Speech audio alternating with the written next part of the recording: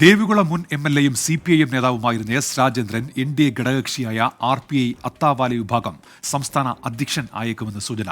Party chairman Ramdas അത്താവാലെയുമായി നടത്തിയ ചർച്ചയിൽ പദവി സംബന്ധിച്ച് ധാരണയായി.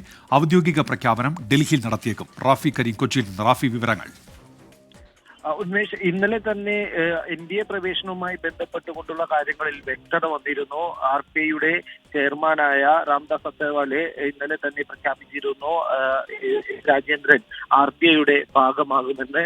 എന്നാൽ ഇതുമായി ബന്ധപ്പെട്ട് എന്ത് പദവിയായിരിക്കും എസ് രാജേന്ദ്രന് ആർപിഐ ലഭിക്കുക എന്നുള്ളതായിരുന്നു സംശയമുണ്ടായിരുന്നത്. ഇതുമായി ബന്ധപ്പെട്ട ചർച്ചകളായിരുന്നു രാംദാസ് അത്താവാലെയുമായി നടന്നിരുന്നതും. ഈ ചർച്ചകളിൽ പാർട്ടിയിൽ ലഭിക്കുന്ന പദവി സംബന്ധിച്ച് വ്യക്തത വന്നിരിക്കുന്നു എന്നുള്ളതാണ്. സംസ്ഥാന അധ്യക്ഷൻ എന്ന പദവിയായിരിക്കും എസ് രാജേന്ദ്രന് ആർപിഐ എന്ന പാർട്ടിയിൽ ഉണ്ടാവുക. റിപ്പബ്ലിക് പാർട്ടി ഓഫ് ഇന്ത്യയുടെ സംസ്ഥാന അധ്യക്ഷനായിരിക്കും എസ് രാജേന്ദ്രൻ. ഇതുമായി ബന്ധപ്പെട്ട പ്രഖ്യാപനം ഡൽഹിയിൽ നടക്കുമെന്നാണ് നമുക്ക് മനസ്സിലാക്കാൻ കഴിയുന്നത്. ശരി.